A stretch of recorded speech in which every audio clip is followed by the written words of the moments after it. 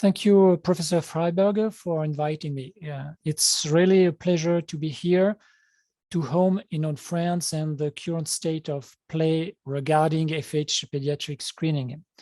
I'm Professor Noel Peretti, in charge of the Department of Pediatric Gastroenterology and Nutrition in Lyon. The French guidelines for screening go back 10 years. They recommend systematic screening for children between 3 and 9. Unfortunately, as you will see, the implementation is still quite poor. What is the French context for familial hypercholesterolemia? France has a large FH population. FH is a frequent disease that affects over 50,000 children in France. The FH National Registry, called REFERCOL, was started in 2015. About 20 centers actively participate to the recruitment of nearly 8,000 patients, actually, including about 500 children who account for 1% of the theoretical FH pediatric population in France.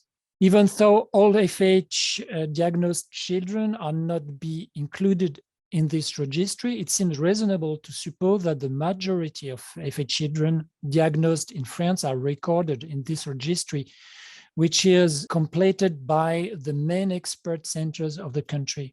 Then, the estimated FH screening in France is very low, between 1 to 10%, as reported in literature for other European countries. Furthermore, in this registry of specialized centers, only half of the children are treated.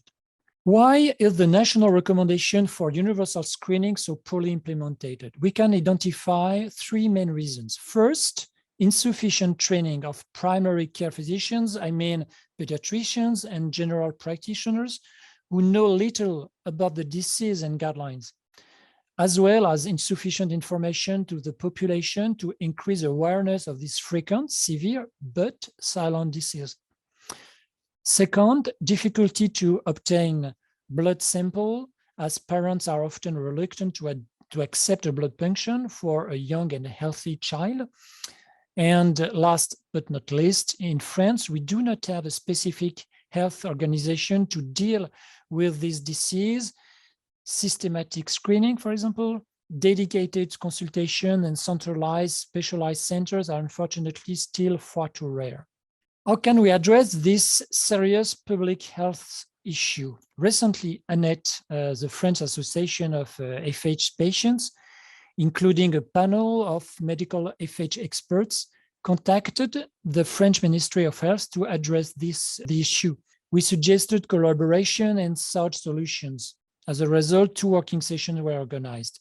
The French project has 2 main objectives. First, to develop universal screening in young children during targeted medical visit at 2 years over mandatory examination, or at 6 years during school medical checkup. As demonstrated by Professor Ward, these are ideal timings to detect both children and young parents who might also be prone to cardiovascular events later in life. This reverse screening seems a realistic and efficient strategy to detect both children and parents. To overcome parents' reluctance to draw blood, we plan to use dried blood tests, which are less invasive and easier to perform. Second, in order to run a successful screening program, it is absolutely necessary to implement also an educational strategy. Therefore, we should aim at reaching out to primary care physicians to educate them about the disease, its treatment, and the follow-up, but also as well as implementing a public awareness campaign targeting the general populations. So in conclusion, with its large children population suffering from familial hypercholesterolemia, France has a duty to address it, create and implement an efficient health policy. We absolutely need to identify patients with fight this serious disease, which heavily impacts so many young adults while informing about the affordable and effective treatments that are available. It's our duty to implement the best practices available in screening and treatment to save those children who are future young adults with high cardiac risk. So in one word, time has come to act in France. Thank you for your attention. Now I'm handing back over to Mrs. Bellington, who will introduce the next speaker. Over to you, Nicola. Thank you.